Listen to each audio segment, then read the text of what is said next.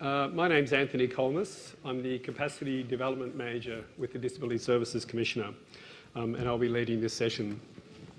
If I can just remind people to turn your mobile phones to silent, just out of respect for our panellists today, that would be great. Thanks. And I will also remind you, if you do have any questions, we're hoping for about 10-15 minutes for questions towards the end of the session. And again, that will be done through the Slido app. So yeah, if you can use that for any questions you want to pose to the panellists, that would be great. They've kind of set themselves up as fair game, so feel free to use the opportunity. Both Lynn and Peter this morning spoke about the critical role of staff can have in people with a disability both feeling and being safe. In this session, with the help of our panellists, we're going to be looking at the role of the disability workforce in safeguarding people's right to live free from abuse and some of the issues that are impacting on their ability to do this effectively. Our panellists, we've drawn from a range of areas within the sector, and we're confident that they all have some really good insights to bring to the discussion, as do many of you guys, hopefully through your questions. So a quick intro to our panellists. To my immediate left, we have Steve Kinmond.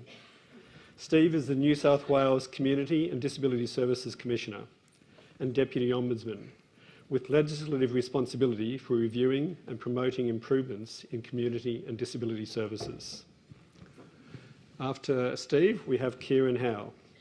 Keran is the Executive Director for Women with Disabilities Victoria. Keran works with issues relating to women's health, violence prevention, and the rights of women with disabilities. After Keran, we have David Moody. David is the Victorian State Manager at National Disability Services, Australia's peak body for non-government disability service organisations, who currently represent over 200 organisations here in Victoria. After David, we have Lloyd Williams. Lloyd is the Victorian State Secretary of the Health and Community Services Union and is a fervent advocate for increased disability sector funding and improved support and development of the disability workforce. We have next Emma King. Emma is the CEO of the Victorian Council of Social Services, or VCOS. Emma provides a strong voice of leadership and advocacy on social justice issues for the community sector. And last but not least, one of my colleagues, Rebecca Oliver. Rebecca is the Principal Investigator at the Disability Services Commissioner and has responsibility for leading the investigation of complaints and critical incident reviews. And it's actually Beck I'm going to start with, right down the other end. We've already heard lots about culture, about organisational culture and what that means. Beck, you've had oversight for investigations by our office now for over 18 months. And I'd like you to talk a bit about the role of staff in safeguarding people and what you've seen through the investigations you've conducted. Thank you, Anthony. I suppose the most important thing for the people in the room to know is staff are the most important people that we will talk to through an investigation. They're your eyes and ears on the ground, so if something's not going right, they're the ones that we're going to talk to, and they are the ones that you perhaps should have that relationship with too. So I think the most important thing from investigations in the last 12 months is out of the 22 complaints that have come to the office that have been referred to investigation, of those about 33% staff were the ones that made the complaint. So staff have made the complaint on behalf of that person with a disability because something's not going right. And I think that's the most important thing. They're the ones that we're going to talk to find out what's going well, what's going not so well, and we're also going to appreciate their input to say, what can this service do to make things better for this person with a disability at the centre of the complaint? And Beck, have those staff made those complaints out in public? Have they made them confidentially or anonymously? Or that's the thing, Anthony. A lot of those complaints, in fact, the 33% that I'm talking about, those staff all came to us either anonymously or they were able to make a complaint to the Disability Services Commissioner's office confidentially. By that I mean we know their identity, but because they've asked for the protection under the Act to be confidential, we won't disclose that to the service provider as to where the complaint came from, who made that complaint. So at least in those situations, staff are obviously reluctant to make themselves known when they're reporting allegations of abuse. That's correct, and that's something I will ask them through the complaints and investigation process. And unfortunately, the biggest theme to come through from those staff is reprisal. That something will go bad for me if I make it known that I've made a complaint. And on the flip side, something that's of concern to me is I didn't know how to make a complaint. Right. So within a service provider, within an organisation, they didn't know who to go to be heard or to escalate their complaint. Okay, thanks. David, as head of or as state manager for NDS, when you hear Beck talk about the fact that staff feel like they're having to make complaints anonymously about abuse, what do you make of that? What are your thoughts on that? It's very concerning. In fact, everything that Beck said sort of aligns with what our own research and evidence gathering has revealed in terms of the reasons why frontline workers aren't able to or don't feel able to report allegations of abuse or neglect. From our point of view, a culture within an organisation which, if you like, actively discourages or doesn't recognise the importance of reporting abuse and neglect is not a positive culture. We certainly, through our zero tolerance program, which is both local and also national, basically are running, if you like, a line or a process where we're saying that leaders need to set an expectation that people will be able to speak up and act within the organisations. And essentially, it's about not only those leaders but everyone in the organisation feeling comfortable with a culture which recognises the importance of, you know, if you see it, being able to call it out and do it safely. Yeah. And look, just so that I'm being absolutely honest with this audience, given everyone's here today, that's not to say that that is a culture which we are seeing in every single disability service provider in Australia. It is why we are so intensively working with the sector to improve that culture across all organisations. Yeah, because I think the figure that Beck quoted was from 15-16, but I think I'm pretty sure I'm right in saying that we saw that theme appear again last year as well, last financial year. So that's still an issue. I mean, there's a reason why we're doing this nationally and locally, and it's great. not because everything's apples within the sector when it comes to supporting people to report allegations of abuse and neglect. Exactly. Yeah, thanks. Lloyd, is this an issue that staff supported by the union have also identified? And what have they said about it? Oh, it's absolutely a very significant issue. Our members regularly report to us feelings of disempowerment to speak up for a variety of reasons, including fear of reprisal from supervisors, from the work group itself and from management. There also seems to be a sense of apathy that if they do report, the report won't be acted upon. Some time ago, when the National Senate inquiry was occurring around the issues of abuse, our union conducted a comprehensive survey of workers both in Victoria and in Tasmania, and I think some of their comments are very relevant to this issue, and I'd just like to read a few of them and as to what they said. As a casual, I'd be ostracised, which would in turn result in less shifts being offered to a dobber. Staff at times are too scared to report abuse or neglect, as it either is not acted upon or you become a victim yourself by being bullied by supervisors or team leaders. Here's another one. As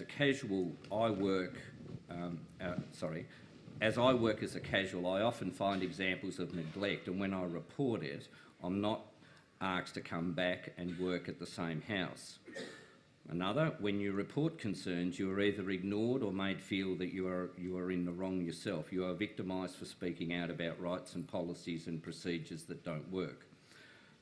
Another, I reported to police that against advice of a senior manager, I was only supported once police found evidence and laid charges. Crucified if you report, especially casuals. There are a lot of politics. Issues of abuse have been used by staff to take advantage and revenge on other, or to bully and to move someone from their position. So So there's a number of examples, and so you can see here a range of fears around job security, worker management relations, and worker-to-worker dynamics and power relationships in play in terms of what people are saying. Which, if I think about what Peter spoke about this morning and the safety in teams and supervision and support, what the message we're hearing from that sort of feedback, and from several of you have talked about reprisal and culture, that's probably not what people are experiencing. So. Yeah, and I think we have to recognise the precarity of work in the disability sector. Absolutely. More than 40% of workers work as casual workers, and they work across multiple employers. Yeah, so, exactly right. So that, I think, adds to the to that fear. We're going to come back to culture a little bit later on. Not surprisingly, it features a fair bit in this discussion. But I do want to move on to another issue that seems to be impacting on the reporting of abuse, which is recognising it in the first place. A 2014 Deakin University study showed that 30% of the direct support staff who participated in that study weren't confident that they would either know how to recognise or how to respond to abuse if it occurred in the setting they were working in. So 30% of the frontline staff weren't confident that they could actually identify or respond. Keran, your organisation has worked really hard at trying to build the capacity of the sector to both recognise and respond more effectively to abuse. What's your sense of any progress we're making or not making, and what more needs to be happening? I think we've still got a very long way to go, and I think staff report to us when we run our violence prevention program on gender and disability that they don't recognise and that they are concerned about what is violence and abuse in the sector. And I think there's some very obvious things like sexual assault that people do understand. They may not know what to do, but they do recognise sexual assault as something that's not acceptable and intolerable. But there's much more subtle forms of abuse that are quite concerning, that are quite destructive, that undermine people's self-respect, self-esteem, are demeaning. And I think what we hear from workers is that it opens their eyes when they undertake training to understand that, and we hear things like, it opened my eyes, it flicked a switch and it made me more aware. It's reaffirmed the amount of power we have over our clients and how we must be mindful constantly how we use it. And I guess that's what we see as the bottom line. The power differential needs to be very explicit, and we need to know how to work respectfully and to affirm people when they do disclose. And I think that's something that we don't hear enough of. It's not just about an incident report. It's not just about managing it up. It is about working with the person that's made the disclosure and making sure that they understand that their safety is the most fundamental part of making a disclosure, and affirming that they've done the right thing. So I think pretty much everything Lynn said this morning was wonderful, and I totally agreed with, and I take my hat off to you, Lynn, for coming up and talking about your experience. The one thing I didn't agree with was what you said when you said I was stupid, and you weren't stupid. There's nothing stupid about going out and getting a breath of fresh air. No. What's wrong is that someone took advantage of that, and we need to affirm, because we often do blame ourselves when something happens. So it's very important we affirm it's not the fault of the victim. Absolutely, and that's great.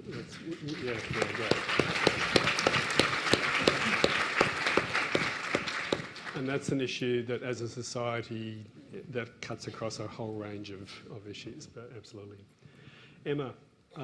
You've been involved in the establishment of the Future Social Service Institute, and I'm wondering whether in the deliberations that are going on about the courses that are going to be run, has staff's capacity to identify and how they go about responding to abuse been a feature of those discussions? Look, it absolutely has been, and just by way of background for those who are not familiar with the work of the Future Social Service Institute, it's a joint initiative between the Victorian Council of Social Service, RMIT and the Victorian Government, very much focusing on workforce of the future, so in particular focusing on NDIS. And in terms of the board, there are 4 of us here on this panel who are members of the board, so I chair it with Lloyd, David and Keran as members of that. One of the key parts that's different about the Institute as well is the concept of co-design. So we're working very actively with people who have disability as well as service providers, and with the goal over time of bringing in families, etc. as well, because we want to develop courses that are fit for purpose for the future. Some of the constant feedback that we had, irrespective of whether we were speaking to someone with a disability, a family, a provider, was really the courses that are there at the moment aren't necessarily cutting it in terms of future need. So how do we develop something that's new and something that's different? So this is really critical, I think, as part of that, as are a range of other things, such as looking at cultural awareness and a whole host of other aspects. We've got our Certificate 3 and 4 courses that are running at the moment that we're having very robust analysis of as the certificates take place, in terms of the experience of those who are undertaking the certificate, in terms of their work practice. And with the Certificate 4 students, they have been referred from providers. So we're getting the feedback from providers as well in terms of how does it change someone's practice when they're back at the workplace. And we're very mindful in that as well, that one of the key parts is, particularly in a system that is becoming quite correctly much more client focused, at the same time making sure that we don't lose sight of the need for supervision, the need for mentoring, and a very active quality, very clearly articulated quality and safeguards framework. So I guess I just would like to draw people's attention to the fact that we think that co-design is really critical in that, and hopefully will come to helping address, I think, some of the key issues that that Keran raised as well, because we've really got to look at, within the context of the NDIS, what is the need for the workforce of the future and how do we best prepare ourselves for that? Absolutely. Yeah, thanks. I want to jump back to Keran for a minute. When we were preparing for today, you were really strong on language. You were really strong on, we need to call it for what it is. Can you talk about why that's so important? Yes, thank you. I think we tend to, we have, I think as a sector, minimised what we see, what I see as violence and abuse. We call it abuse, neglect and exploitation, and they're strong words, but it is minimising. What we're talking about is something that's defined under the Family Violence Protection Act as violence. And I think it's important that we call violence for what it is, so that we do recognise how serious it is and how destructive it is for people who experience it. But also because I think we need to align the work that we're doing in the disability sector with the work that's being done across other sectors in terms of violence and responding to violence, responding to family violence and violence prevention. And Victoria's a leader in this area, and the work that's being done in preventing violence against women is world leading. So unless we take the opportunity to work cross-sectorally and take advantage of the knowledge and evidence that's being developed around how we prevent violence, then I think we're never going to address the cultures that we are attempting to address, and we're never going to take advantage of the expertise that we can share with the violence prevention sector as experts in disability and as an essential part of that sector, as well as drawing on the expertise of Centres Against Sexual Assault, violence prevention, family violence services, the whole raft of other services that are available to us. So I think language is really important for both of those reasons. We need to open up. Absolutely. Emma, you're probably amongst the panel here, at least, in a bit of a unique position in that you're across, with VCOS, you're across a range of community services, etc. Would you reinforce what Keran's saying? Oh, absolutely. And one of the key things, I have to say, irrespective of whether I'm in an environment, whether it be a ministerial council or ordinary environment where we're talking about education or health or housing or family violence or disability, everyone has their own acronyms. And boy, there are plenty of them.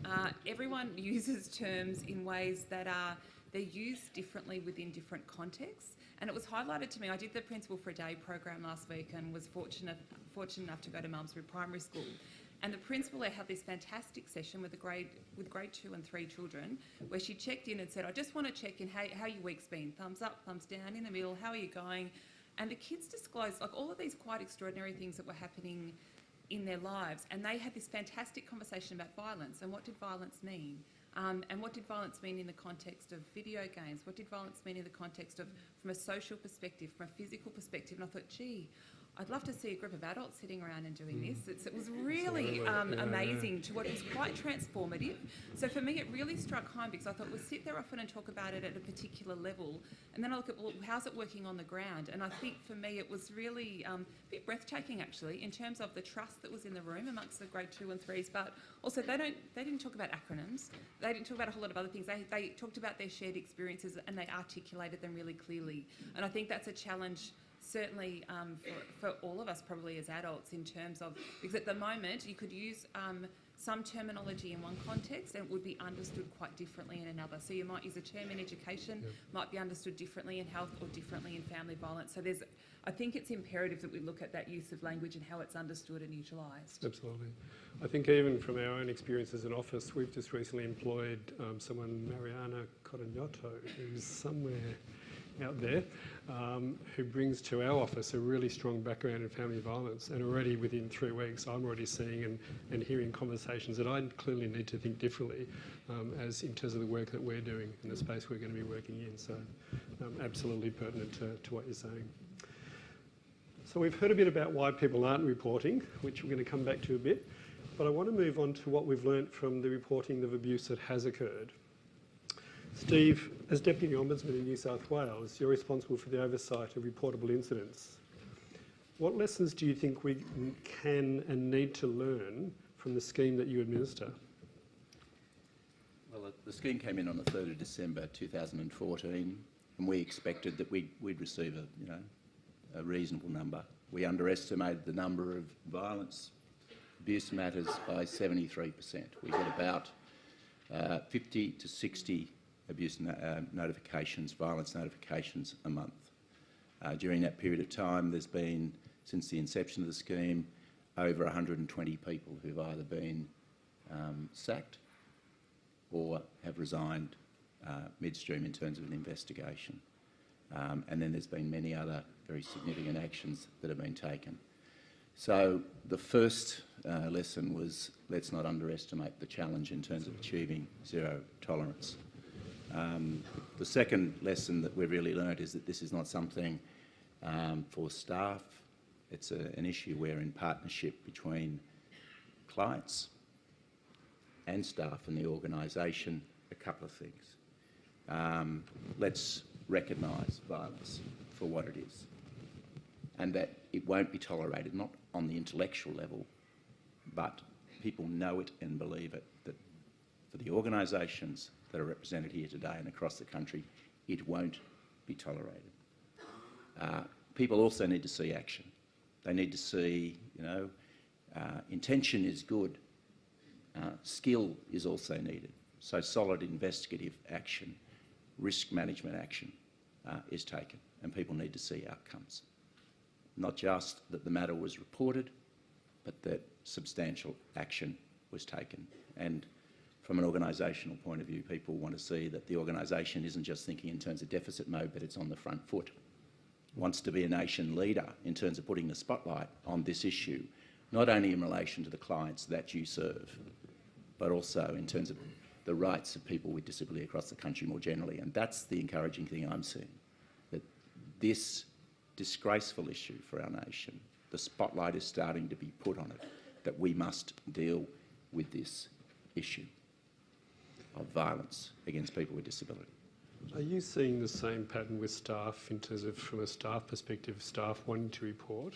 Are you seeing the similar issues up there? It's interesting in terms of staff. One of the benefits of having a mandatory reporting system is that people don't have a choice in that regard, and that actually can assist people and embolden people if they're under an obligation. And so if you look at the reports, and where we look at where the report is initiated, 60% of those reports are coming from staff. A very significant number of those reports are coming from disability support workers directly at the coalface. Another 25% of those are coming, which is very encouraging from us, from clients who are saying this is not acceptable, and they're bringing their concerns either within the organisation or to someone who represents their interests. So 25% either from clients or people who are close to those clients, family members, friends. There might be counsellors who are bringing it, but it's been initiated from the client having raised concerns. So some of that is very encouraging, very encouraging. There's aspects of this work which is very depressing, but it's encouraging that in fact staff are stepping up and are saying no more, no more. This does not represent the organisation that I work for. And it must be done, and it was great this morning, it must be done in partnership with the clients that we serve. And I think that's a challenge straight up, which we'll come back to. Beck, for the last 5 years, DSC has had oversight of critical incidents, Category 1, particular types of incidents. What are some of the key themes you guys have seen through that process? I suppose what is good to see is that people with disability are being more considered during that process. So we've seen some improvements with people with disability, whether they be the victim, perpetrator or a witness to abuse or neglect issues, or those categories that we review being more considered in the response from the service provider. So that's things like medical attention being sought when required, but also families being advised and included in what's happened, supports for people when they need them with different things, and also a more positive approach from service providers with respect to staff being stood down while investigations are underway, and DWES being utilised with reporting staff to DWES while those reports and investigations are being looked into. Sadly, one of the things that I don't consider to be so good is service providers still have a reliance on Victoria Police to conduct investigations. And unfortunately, that's not going to give the best outcome for a person with a disability. Victoria Police have got a focus on, they look at criminality of things, and so they're quite limited with what they can look at, whereas what should be looked at is the supports around that person, HR and recruiting issues. We're still seeing issues with complaints made against casual or labour hire companies, and for that we see, well, what's their induction about and how come they're not getting those supports as staff to know those persons' supports prior to their going And there's in. been some complexity in that, hasn't there, in where you have labour hire staff working within an organisation in terms of who does the investigation, who's responsible for managing that situation. Has that been an issue? Yeah, that has been an issue in the past. So that's provided, complexity in the investigations as to who's responsible for investigating that staff member. Is it the service provider that engaged that labour hire company, or the labour hire company who engaged that person to work for them? So there's been negotiations between the different providers as to who will take the lead. So that's typically on a case-by-case basis Case that's by been case sorted? at this stage still, yes. Okay, I want to come back to culture. We've been hearing lots about culture this morning, and it's clear that that's a really important part of this whole process. But it also seems logical that if an organisation is going to adopt a whole-of-organisation approach to reducing abuse, or hopefully getting rid of it completely, it does have to be a whole-of-organisation approach from top down. David, what is the role of boards of management in this? Boards of management? Yeah, because Peter spoke earlier about we didn't know what was happening in our organisation. Is that good enough? No, it's not. In fact, I mean, if you're taking a strictly legalistic approach, I'm not suggesting you should, but if you did, you'd say that board directors, within our sector, like all board directors, have duties of due diligence. Yep. And merely saying that you didn't know, and you may not know because you made no reasonable inquiries as to what was going on, just does not cut it in the legal sense, or indeed in the cultural sense. Yep. It's part of the reason why we've been working actively with boards of governance within the sector in particular to support them in a better understanding of the roles of directors and directors' duties where it comes to making inquiries and not merely waiting for things to come to them, making inquiries as to how the organisation, all the way through the organisation, is performing in regards to preventing disability, abuse and neglect, and to actually continue the conversation with boards around, forgive me for using the phrase, key performance indicators and other markers, objective markers of performance, to understand how the organisation is performing on an ongoing and trend analysis basis. Is your sense that they see that that's a direct responsibility of theirs?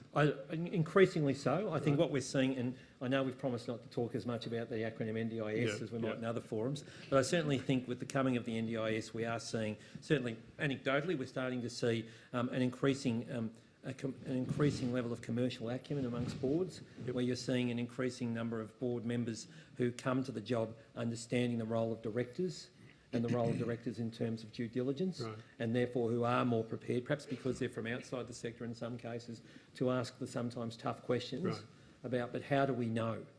Good. How do we know what's going on? We're certainly seeing that, both in Victoria but also around Australia. Yeah, great. Steve, is this an issue that's come up in investigations that your office has conducted in terms of a whole of organisation issue? It's become a litmus test in quite a number of cases as to whether an organisation understands its responsibilities. And the reportable, to just put it in context, we're running at 10 to 15 times the number of violence matters that we were running prior to the inception of the reportable incident scheme. And so with that comes a whole lot of intelligence about organisations and responses by senior executives within those organisations. It has put the spotlight on organisational culture and attitude in this area like never before. And just to not mention the NDIS, but to mention the NDIS, if you look at the Quality and Safeguard Commission, and my background is in investigations for 25 odd years, and I have a fascination with intelligence. If you've got the establishment of a $50 million a year Quality and Safeguarding Commission, and it is in the business of registration, it's in the business of receiving complaints, it's in the business of an expanded reportable incident scheme, it's tracking the use of restrictive practices, then that organisation should be able to aggregate information to be able to enable it to put the spotlight on organisations, either where there is under-reporting or whether there are particular reports of a particular type that aren't being responded to well. It should be able to put the spotlight on boards. So the future, it is clear that the future will involve substantially increased accountability. So willful blindness will not cut it. It's as simple as that. I feel a bit like Basil Fawlty here. I did give these guys instructions. We weren't going to mention the NDIS today, so I could do a silly one, but I won't.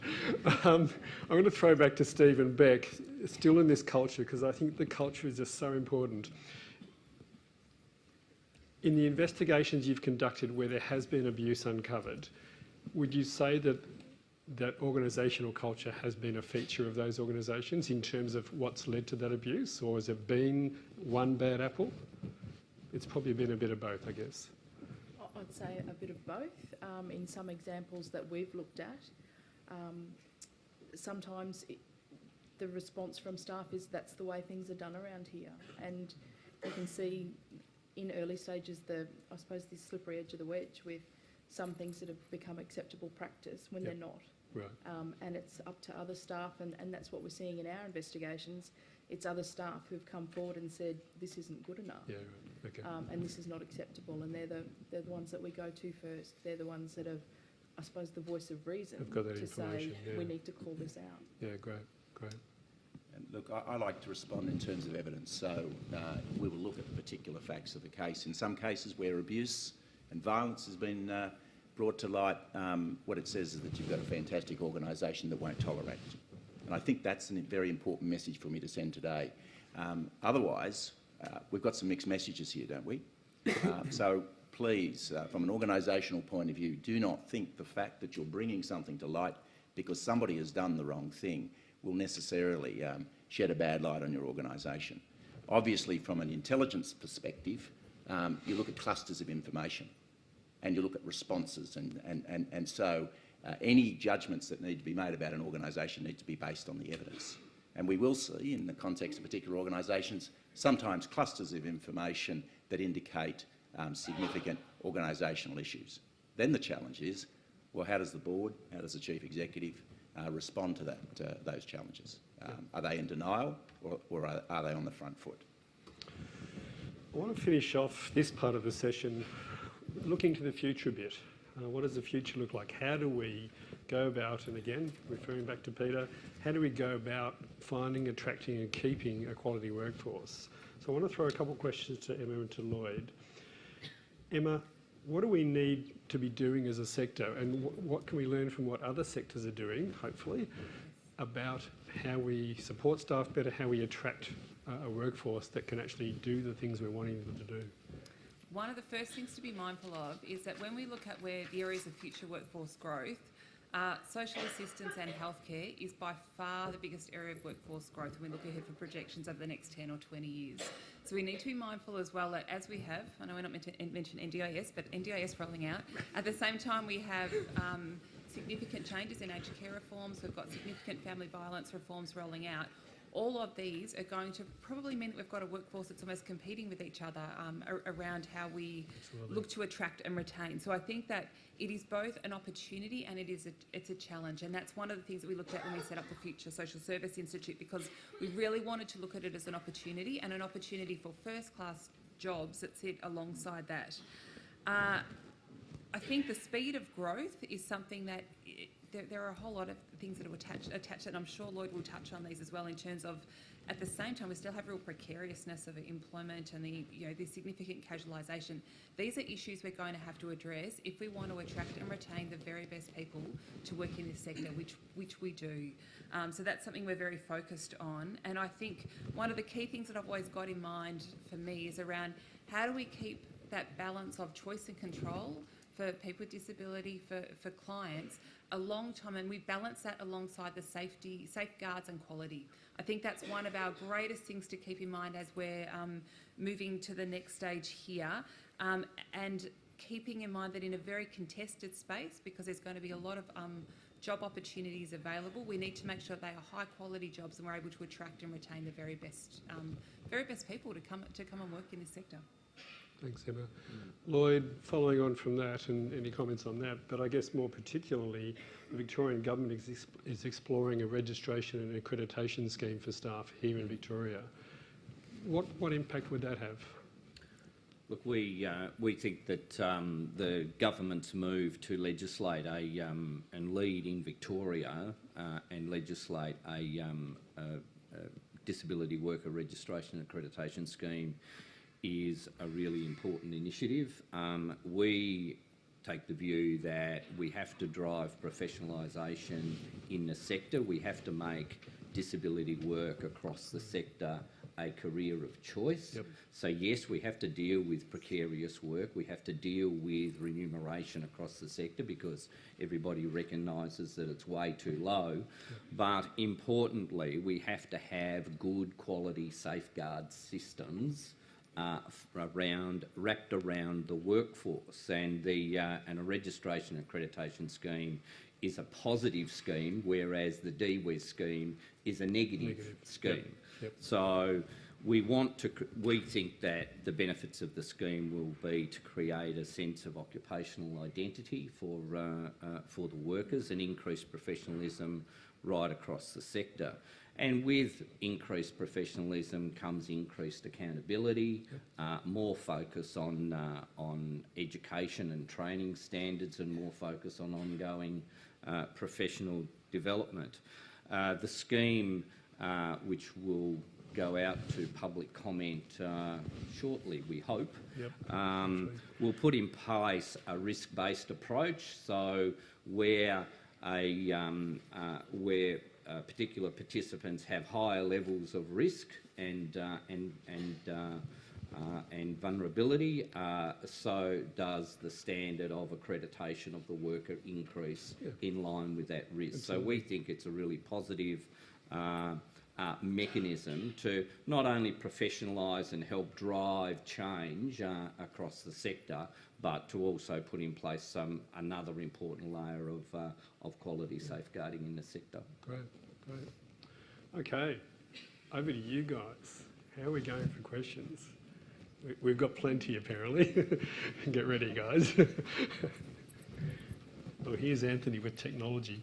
There you go. That's exciting. Okay.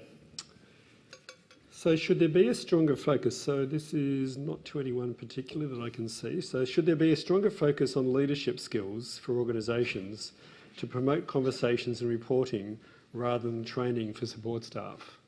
Who would like to have a go at that? Okay. I don't think it's either or. I think it's you can walk and chew gum on this one, and I think we've demonstrated that by what we're doing at NDS nationally in terms of our zero tolerance framework. We're not focusing on one particular element or cohort within organisations. We're supporting boards to get better, and we're supporting frontline workers to get better.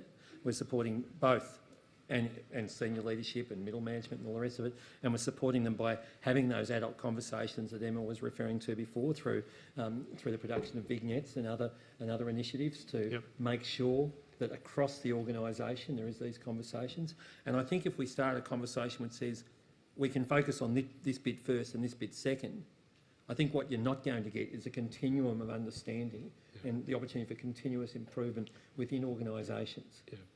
This is about a layering effect, isn't it? Absolutely.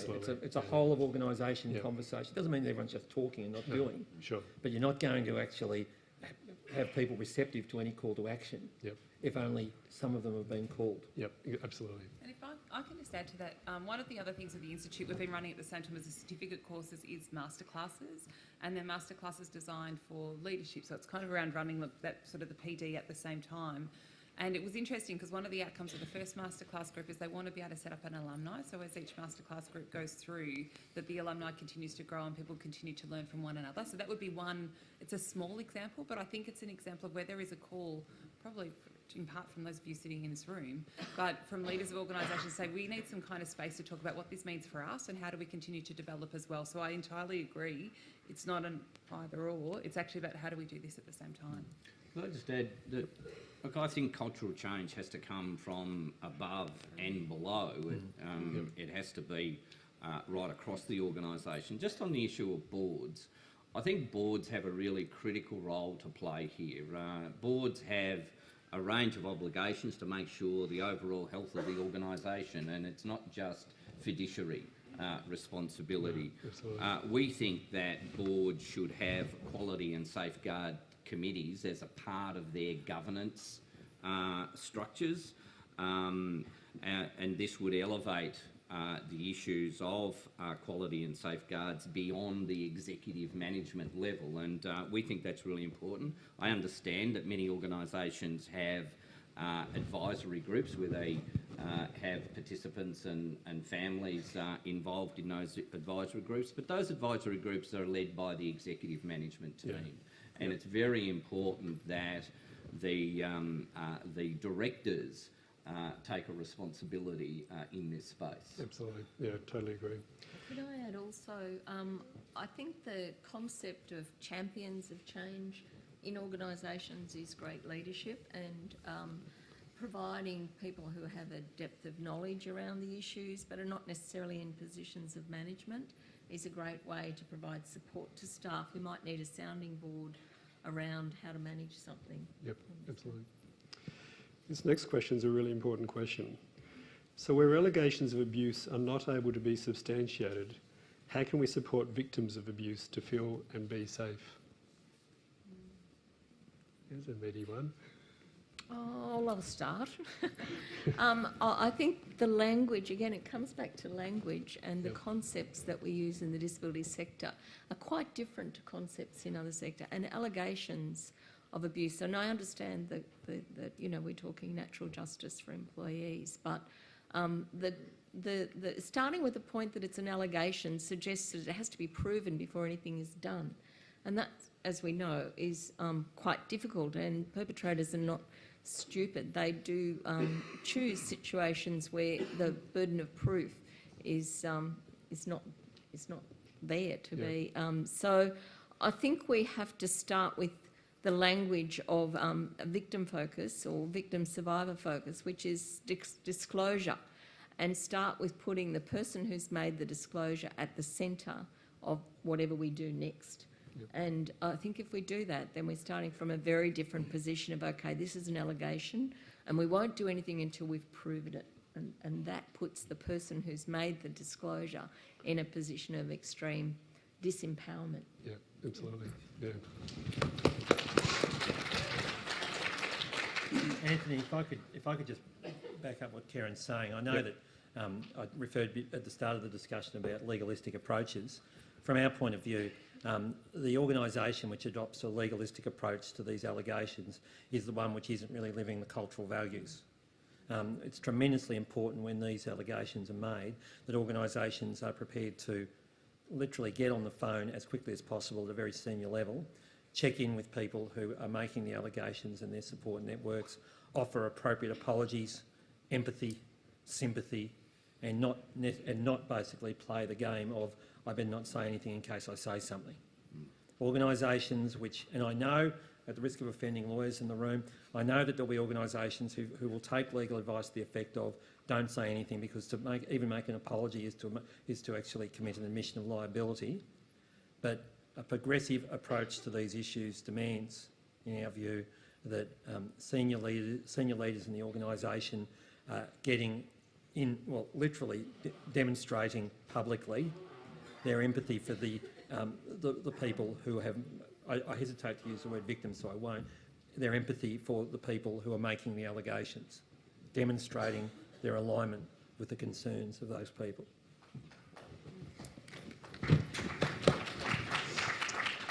So I've got a question here. Are staff making complaints because people with a disability cannot do so or are afraid to? Are they encouraging or supporting people with a disability to complain themselves? I think I can follow up on that. Yep. Probably for both reasons. We are having staff speak up on behalf of people with complex communication needs, so that's a good thing. And we are also seeing staff being supportive of people with disability to come forward to us. We have interviewed people with disability who are at the centre of the complaint, so they're included and their complaints are heard by us. So we see both. We see that staff standing up and saying this isn't right, yep, and being supportive of those clients that they support. Great. And it's the right thing for staff to do. Yeah, absolutely. It's absolutely the right thing for staff to do because we know that, you know, many people who are supported don't have families that are near, and it's absolutely critical. Staff have the line of sight and staff know what's going on, so yep, it's a critical role for staff to play in our view. I think that's a message that's coming through loud and clear this morning. Staff are in a really unique place in this discussion and we need to be doing everything possible to be supporting them in that space. I've got a question here and that follows on from Lynn's talk this morning. So with regards to Lynn's experience, why did it take 12 complaints for the staff member's behaviour to be actionable? What about 1, 2 and 3? I don't know if that's anyone wants to tackle that one. I think as an office, I think we've certainly seen instances of similar patterns. Yeah.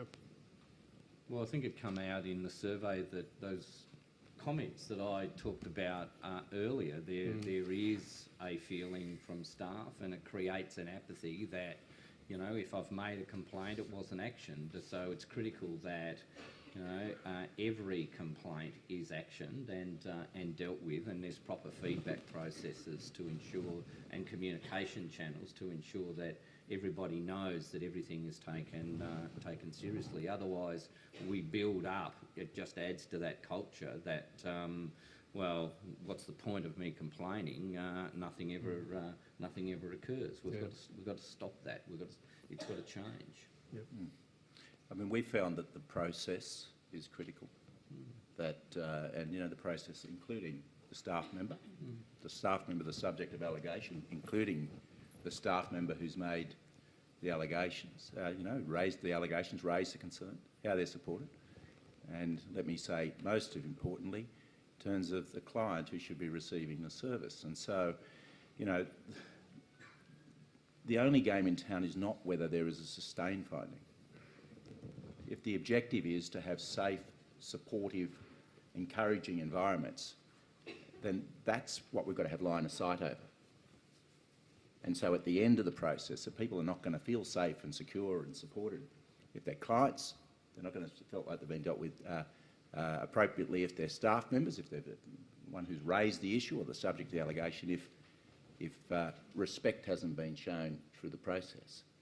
And so we have a fundamental responsibility.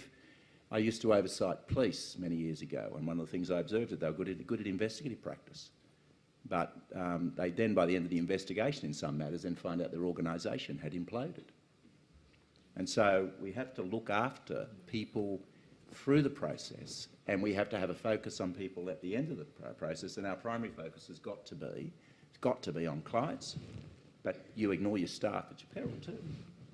And so the question is, wherever the evidence takes us, where do we end up in a situation where the very things that the organisation wants to stand for in terms of the attitude and the culture and so on is in play? And that requires sophisticated risk assessment work, careful analysis, and then let's not ignore good relationships and sometimes the restoring of relationships. It's a tough business in that regard. We shouldn't minimise the challenges. I guess it says to me that we don't value the word of people with disabilities if it takes 11 complaints before it's acted on. I've got an example here of someone who brought her situation to us where she complained 3 times to 3 different people within the organisation that was supporting her about a worker who was stalking and grooming her. She complained to managers, direct service worker, middle management, and was ignored until after some time her mother saw her fear and distress and complained, and then it was acted upon.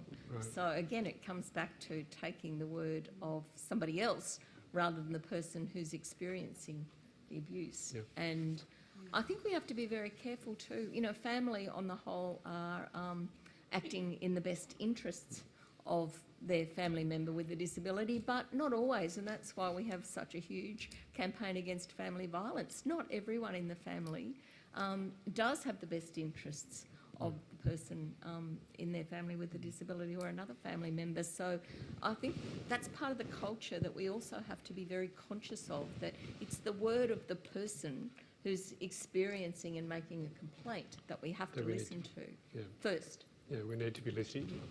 Again, coming back to Peter, we need to be listening to people right across the board, absolutely. I could go on. There are a stack of questions here and they're still coming in, but we've literally running out of time. And what I do want to finish off on, rather than just, yep, that was a great discussion, but now what? I wanted to run through the panel very quickly, sort of 1 minute each. Good luck with that.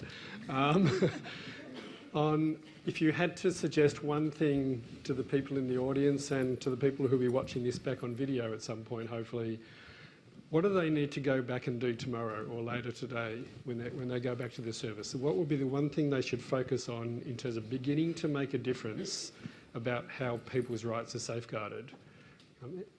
Beck, we might start with you, sorry. I suppose my question would be, what are you doing to make sure that staff know it's okay to complain? Do you have a clear complaints process? Do you have a dedicated complaints officer? Do people know who they can talk to if they need to escalate a complaint, if they want to make a complaint against their supervisor, their manager, the CEO? Do you have those processes in place? And do you have some sort of policy or ability within your service for staff to feel that they can make a complaint anonymously if they wish so? So that would be my advice, to have a look at your own complaints policy and make the changes that you want to see within your service. Thanks, Beck. Emma? Probably building on Beck's point, in terms of having very clearly articulated quality and safeguards, and really critically making sure that there is time for supervision, for mentoring and for reflective practice, particularly at a time, as I said, we're moving to a very client-focused approach, and that's very important. We can't lose focus of if you like, the internal needs of staff and of managers as well. So I think it's really important to make sure that ongoing supervision, mentoring and reflective practice is built in, to pick on exactly the points that you made as well, Beck. Lloyd? Get the workforce involved. I mean, I think achieve a constructive and respectful joint development of strategies. Get the workforce involved. Top-down strategies don't work if the workforce don't have any ownership of them. It's really important that workers feel respected in this process as well, because they are absolutely critical in the success of any strategies at all to build transparency and accountability. Cultures need to be worked on, and at the end of the day, culture eats strategy and systems for breakfast. Absolutely. It's really important for organisations to deal with this culture of fear, the culture of mistrust within their workforce. Otherwise, they will always struggle with abuse prevention and reporting. So engage with the workforce would be, and the union can help there. I mean, one of the things that we are looking to deal with is to put whistleblower protections into people's employment agreements, so it's clearly understood that people are safe to report. Yep. Thanks, Lloyd. David. I think one of the things that people can do going back to the organisations tomorrow is to remember the old saying about that which we walk past becomes the standard, and basically starting to stop when you're walking and when you're seeing anything that looks to you, if it walks like a duck and sounds like a duck, it may well be a duck, and being prepared to stop and have conversations with people about what's not acceptable. I think the second thing that we can be doing, and one of my great concerns about forums like this, and this is a wonderful turnout, and credit to all of you for being here today. It's great to see so many of our members here, it must be said. But my concern is always about those people who didn't see fit to come because they didn't think, well, for whatever reason, but in part because they didn't think they had a problem. So I think one of the other things that people can be doing when they return to their work tomorrow is to phone a friend, someone who wasn't here today but needs to actually understand what the conversation that we're having and are going to continue to have as a sector, so as to eliminate disability, abuse and neglect from our sector. And finally, I think the last thing you could be doing is checking out National Disability Services Zero Tolerance Framework. Jeez. And the range of resources Shameless that plug. have been produced by NDS and the range of resources produced by NDS, which are freely available on our website, so as to support you to get yourself in a space where you're working constantly and in a continuous improvement mode to eliminate disability, abuse and neglect. That'll be $100, thank you, David. No worries. That's cheap. Keran. I just want to draw on my great friend and mentor Aretha Franklin and say it's all about respect. Yeah, absolutely. And no, she's not really my friend, but I wish she was. Sure. I think gender does matter, and I think if we were to turn around one practice that would reflect a real commitment to respect, it would be giving women the right, and men, to choose the gender of their worker. And we do know that whilst it's not just men, it's primarily men who perpetrate violence, particularly sexual violence, and women in receiving support still don't have that right to choose and to choose the gender of their worker. And it's not just about safety, it's also about the most basic kind of dignity. I know that I wouldn't want to have my very personal care, intimate care, conducted by male workers, so I'm assuming that that's a right that everyone should have, that we can all choose, that we can retain dignity while receiving care from someone else. Thanks, Keran. Thanks. I just finished by saying that if I was in a leadership position in a disability organisation, I would resolve that I'm not going to be on the wrong side of history. We are seeing a fundamental change taking place. It's long overdue. It isn't going away. So I would not want to be on the wrong side of history. We've just, this Royal Commission is just about to shut down in terms of children with disability. There are a number of people over the last number of years who've been on the wrong side of history.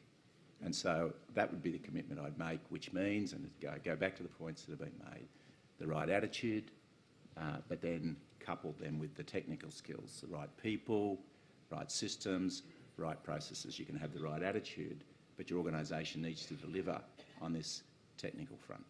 And so, but it's encouraging, isn't it? And you can take a fear-based approach to that, or get very excited about it and say, we are going to make a difference. And I think that's going to happen. Thank you. Thanks.